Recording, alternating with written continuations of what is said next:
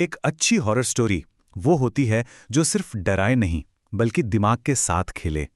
तो आज हम एक ऐसी ही हिंदी हॉरर कहानी को परत दर परत खोल कर देखेंगे। समझेंगे कि आखिर कैसे इसमें सस्पेंस बनाया गया और आखिर में वो कौन सा झटका है जो इसे यादगार बना देता है। कहानी की पहली लाइन बस इतनी सी। रात के 2 बज रहे थे। देखिए, कोई लंबा चौड़ा इंट्रोडक्शन नहीं, कोई तैयारी नहीं। ये एक लाइन ही माहौल में वो अजीब सी खामोशी और खतरा घोल देती है और हमें सीधा कहानी के बीचों बीच लाके खड़ा कर देती है। तो चलिए शुरू करते हैं।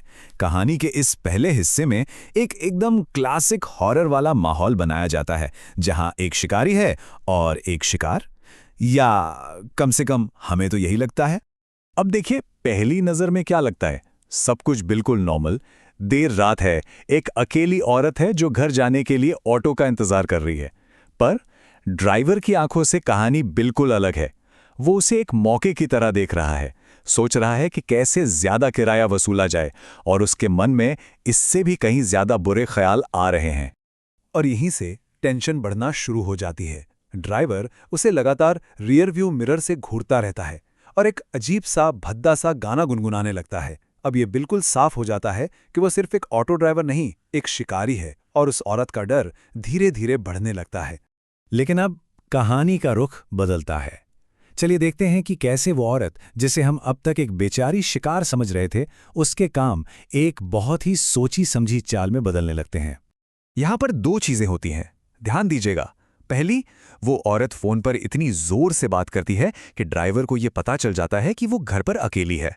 और दूसरी, वो अपना महंगा वाला फोन ऑटो में भूल जाती है। ये किसी की गलतियां नहीं है, नहीं, ये एक बहुत ही शातिर जाल की पहली 2 कड़ियां हैं। कहानी लिखने की दुनिया में इसे कहते हैं फोरशैडोइंग, मतलब भविष्य का संकेत देना। ये छोटे छोटे इशारे, जैसे घर पर अकेला होना, महंगा फोन, ये सब जानबूझकर फेंके गए दाने हैं ताकि शिकारी लालच में आ ही जाए। इस हिस्से में ड्राइवर अपने लालच और बेसब्री के चक्कर में वो फैसला लेता है जो उसे सीधा उस जाल के अंदर ले जाता है जिसे बुना गया था। तो ड्राइवर के दिमाग में अब एक पूरा का पूरा प्लान तैयार है। फोन लौटाने के बहाने घर में घुसेगा, मदद के लिए दोस्त को बुलाएगा, फिर हमला करेगा, लूटेगा और 9-11 हो जाएगा। लेकिन प्लान में एक गड़बड़ हो जाती है। उसका दोस्त फोन ही नहीं उठाता, पर ड्राइवर का लालच इतना बढ़ चुका है कि वो इंतजार नहीं करना चाहता। वो अकेले ही अंदर जाने का फैसला कर लेता है, और यही उसकी सबसे बड़ी गलती साबित होती है। वो बंगले पर पहुंचता है, दरवाजा खटखटाता है और दरवाजा अपने आप खुल जाता है, बिना किसी आवाज के। ये खतरे की पहली घंटी थी जिससे वो अपने लालच के शोर में सुन ही नहीं पाता। तो यहां एक सवाल उठता है, क्या ये उस औरत की लापरवाही थी कि दरवाजा खुला रह गया, या फिर ये जाल का अगला हिस्सा था, शिकारी के लिए एक खुला न्योता? और अब हम कहानी के उस मोड़ पर आ गए हैं जहां सारा सस्पेंस एक झटके में टूटेगा और असली खौफ सामने आएगा। ड्राइवर घर में घुसता है और उसे बाथरूम से पानी की आवाज आती है। वो मनी मन सोचता है, अच्छा तो औरत बाथरूम में है।